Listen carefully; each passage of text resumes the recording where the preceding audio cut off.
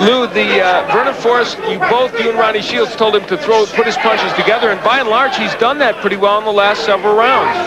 Yeah, I want him to throw combinations, Al. I want him to jab, feint, and then get the short combinations up. But I want him to turn this guy. He's standing toe-to-toe with him too much, and that's why he's getting countered. You'd like him to actually give him more angles. That's right. Give him angles and go from side to side because he's got fast hands. See, just there, like now. That's a perfect example of what you're talking about. Why do you think Vernon is loath to do that? I think right now what he's trying to do is trying to take him out with a punch, you know, which I don't want him to do. This guy's got a good chin. The jab, though, of Vernon has really looked impressive in the last 3 rounds. Yeah, Ronnie Shields has been working real hard with that jab, and Vernon's been coming a long way with his new job. He can feint. Watch the feints he starts putting on this guy in the next couple of rounds. What about the low blows, Lou? Have you cautioned Vernon to be careful about that because of the warnings? Yes, we did. We did. We told him about that. Watch the low blows. I mean, you've had a little experience with that, haven't you? Yeah, some kid by the name of Galata taught me all that stuff. Hey, we appreciate it. All right, Time it all. Best of luck. It's a good fight. It is indeed. Thanks for joining us. All right, Lou Duva, who knows a few things about a low blow, working with Andrew Galata. Although he probably wishes Galata would have had an opportunity to get a few off in his last fight. Anything would have been an improvement. Nice round for Vernon Forrest, doing what Lou Duva said, using more movement and not staying right in front of Oliveira. The bell to end round 6 will signify the midway point of this bout. Hope you're enjoying it on ESPN's Championship Boxing. It's a stern warning for Vernon Forrest at the end of round number 6. For low blows. He's been warned twice now, and Kenny Bayless says the next time he will take a penalty away from Forrest. It's Forrest and Ray Oliveira.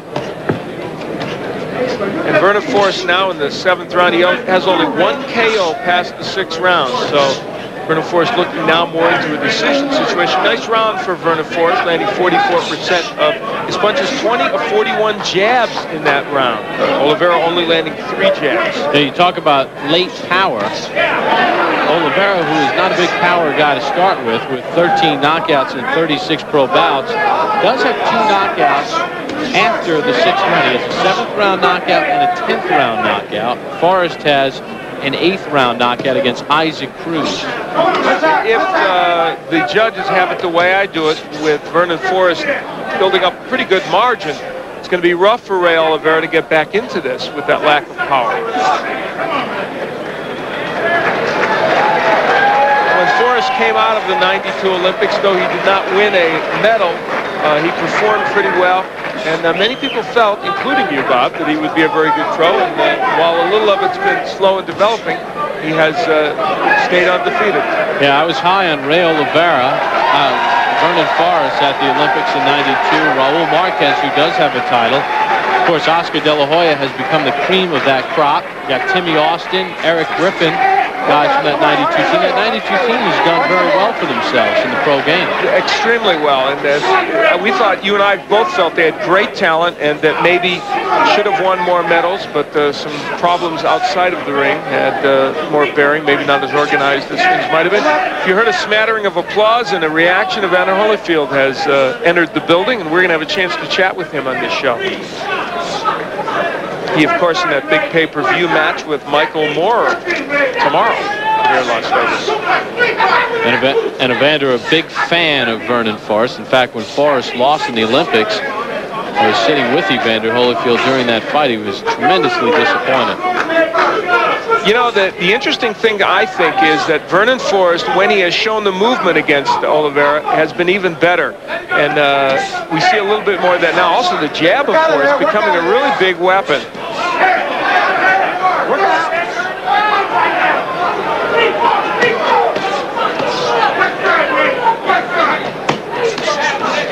Work out of there, fellas. This will be a very big learning experience for Forrest, because he is now heading into the later rounds with a tough veteran.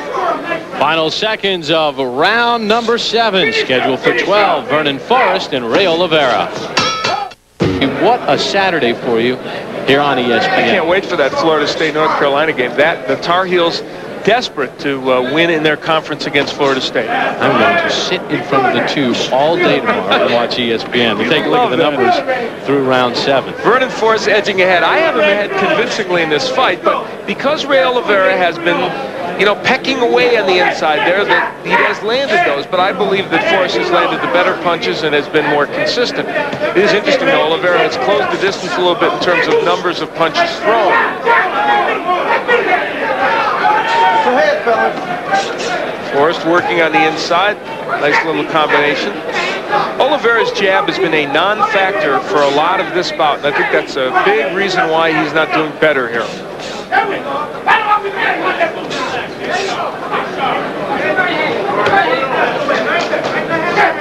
Just over a minute gone by in round number 8. There is the WBA heavyweight champion of the world, recognized by many as the best in the world, Evander Holyfield. Vernon Forrest and Holyfield have a very close relationship.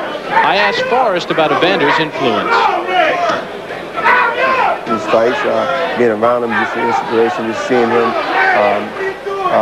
succeed even when my career wasn't going well, knowing him personally, knowing how well he was doing at the time, it kept me upbeat. He also took me into camp with him. Also took me on vacations and stuff like that with him. So he kept me focused when my situation wasn't so bright. And so yes, I draw a lot of inspiration from him. Holyfield spreads inspiration to a lot of people around the nation. He is a happy man, and all week covering him for SportsCenter and ESPN. We have found him to be, as always, a delight, and he enjoys what he's up to. Fantastic cover story on ESPN SportsCenter yesterday with Mark Schwartz going down to Evander's home in the Atlanta area. Yeah, very intriguing. That home is pretty nice, isn't it? Well, about 4,000 square feet. Bowling alley, some other stuff. I don't have a bowling alley in the house, but I'm thinking about it. Tell you what, right now, Vernon Forrest and Ray Oliveira in a very tight bout, interesting bout.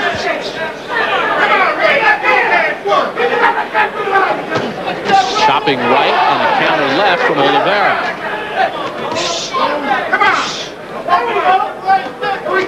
Really haven't seen Forrest go to the body much since those stiff warnings.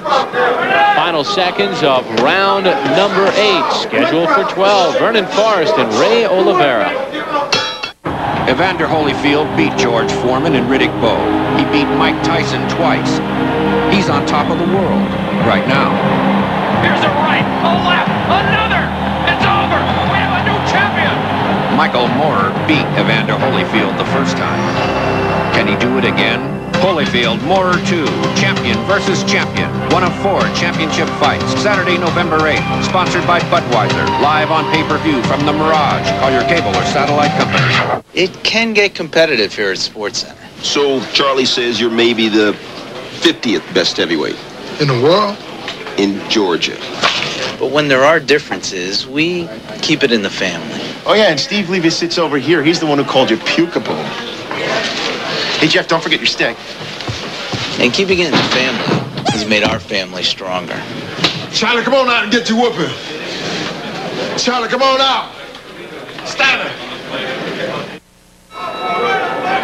Big crowd on hand here at Bally's in Las Vegas. Tonight we have Vernon Forrest and Ray Oliveira competing for the WBC Continental America's Welterweight Championship. In our main event, Michael Grant defends his IBC heavyweight title against Jorge Luis Gonzalez, plus a conversation with Evander Holyfield. We look at the jabs through, I believe that should be through 8 rounds. Yeah, that was 5. Through the 5th, but we just want to remind you what was going on around the 5th round. We'll have the jabs through 8 for you in just a little bit. A reminder that in the last round, Oliveira was only 4 of 20 in jabs, and Forrest was 20 of 48 in round 8. So that'll give you an idea of how it is generally going with the jabs.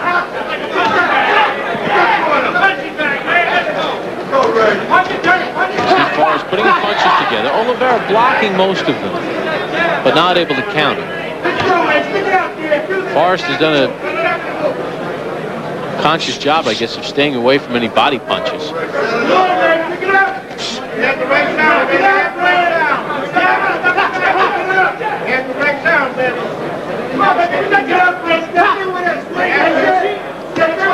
You take a look at what happens when fights go a long distance. Oliveira's been in more, so that 8-5 record in a way deceiving, but still, it shows you that he'll win, but not always. And Vernon Forrest has had little experience going along, but when he has, things have worked out for him. Yeah, 2 late decisions, a 10-round decision and a 12-round decision for Forrest.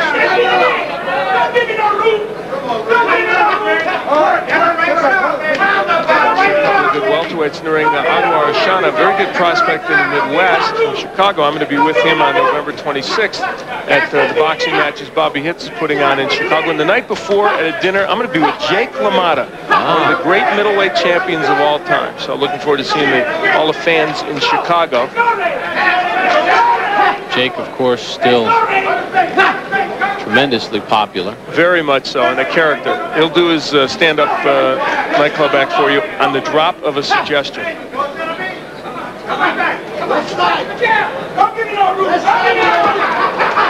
Good work to the body by Ray Oliveira, and really there just hasn't been enough of that from him. And this fight has kind of